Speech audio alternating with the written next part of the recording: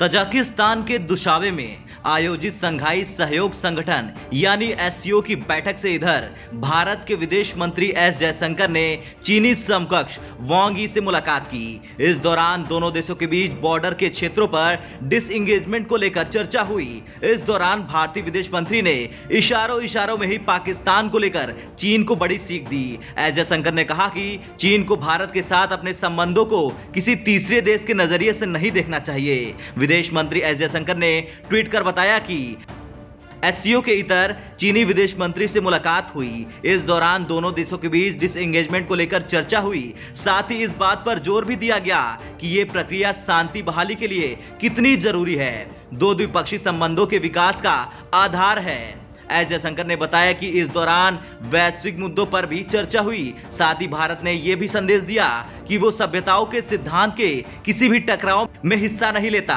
साथ ही भारत ने चीन को यह भी संदेश दिया कि यह भी जरूरी है कि उसे भारत के साथ अपने संबंधों को किसी और देश के नजरिए से नहीं देखना चाहिए। भारतीय विदेश मंत्री ने कहा, जहां तक एशियाई एकजुटता का सवाल है, चीन और भारत को एक उदाहरण स्थापित करना है। प्रधानमंत्री नरेंद्र मोदी ने भी एससीओ की बैठक में हिस्सा लिया। उन्होंने एससीओ के 16वें सम्मेलन में वर्चुअली हिस्सा लिया। इस बार एससीओ की अगुवाई तजाकिस्तान कर रहा है। यह सम्मेलन 16 से 17 सितंबर के बीच तजाकिस्तान की राजधानी दुशांबे में आयोजित किया जा रहा है। एससीओ में कुल 8 देश शामिल हैं। इस लिस्ट में Tajikistan, Kazakhstan, Uzbekistan, Kyrgyzstan, Bharat, Pakistan, रूस और चीन शामिल हैं। इससे पहले भी एससीओ देश के विदेश मंत्री राष्ट्रीय सुरक्षा सलाहकार मीटिंग कर चुके हैं, लेकिन अब जब खुद पीएम मोदी इसका हिस्सा बनेंगे तो इसके मायने काफी ज्यादा बढ़ गए हैं। प्रधानमंत्री नरेंद्र मोदी ने इस दौरान तजाकिस्तान को उनकी आजादी के 30वीं साल होने पर बधाई दी। पीएम मोदी ने ईरान, सऊदी अरब, मिस्र और कतर का एससीओ ग्रुप में शामिल होने का स्वागत किया।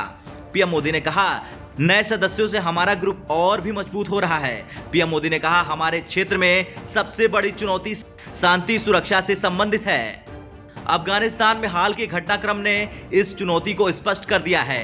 पीएम मोदी ने कहा, एससीओ समिट को कट्टरता से निपटने के लिए कदम उठाने चाहिए। इस्लाम से जुड़ी जितनी भी संस्थाएं हैं उनसे संबंध बनाना चाहिए और आगे काम करना चाहिए।